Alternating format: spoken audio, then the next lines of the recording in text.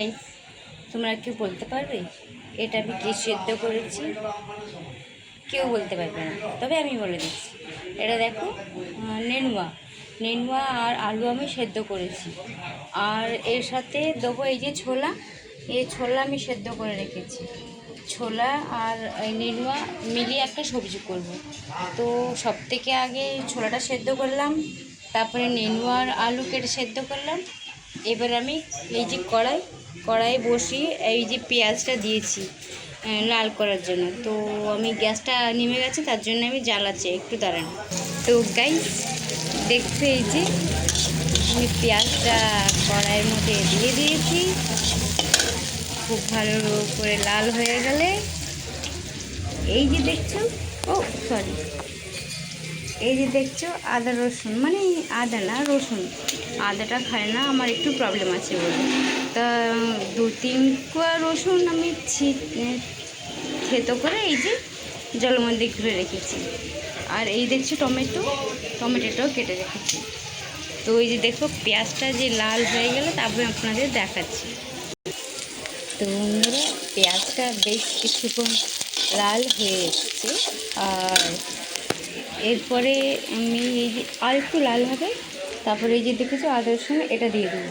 ততক্ষণ আমি একটা মশলা তৈরি করি। মশলাটা হলো এই যে দেখছি, জিরে, লঙ্কা গুঁড়ো, গরম মশলা, হলুদ, এগুলো সব একটা বাটির মধ্যে দিয়ে মশলাটা তৈরি করে দিই। আসুন গাইস, দেখুন পেঁয়াজটা মোটামুটি লাল হয়ে গেছে। আর যে রসুন যে আমি থেতো করে গেছিলাম এটা দিয়ে দিয়েছি এর মধ্যে। হ্যাঁ, একটুখানি নাড়ি।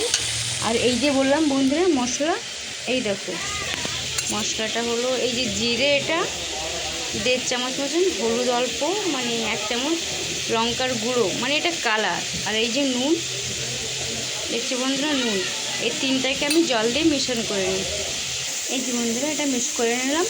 এবার এই যে পেঁয়াজটা ভাজা হয়ে গেছে, রসুনটা ভাজা হয়ে গেছে, এই মশলাটা এর মধ্যে দিয়ে দেবো। তো চলো বন্ধুরা দিই কেমন। এই যে বন্ধুরা মশলাটা দিলাম, এবার বেশ কিছুক্ষণ এটা ভেজে নেবো যেরকম তেল ছাড়ার মতন, তারপরে টমেটোটা দিয়ে দেবো। চলো, ये देखो गाइस, मेरी जो मसाला है ये बन के तैयार हो गया। देख रहे कितना अच्छा से मसाला बन गया।